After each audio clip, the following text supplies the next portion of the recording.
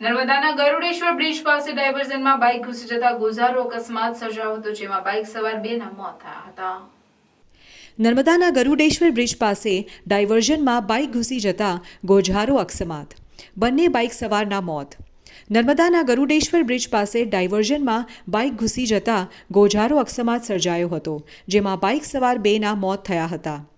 નર્મદા નદી પરના ગરુડેશ્વર પાસેના બ્રિજનો એક ભાગ પૂરને લઈ તૂટતા એક બંધ કરાયો છે, જે છેલ્લા 3 મહિનામાંથી બંધ કરવામાં આવ્યો છે, જ્યાં વાહન વ્યવહાર માટે ડાયવર્ઝન આપવામાં આવેલ છે.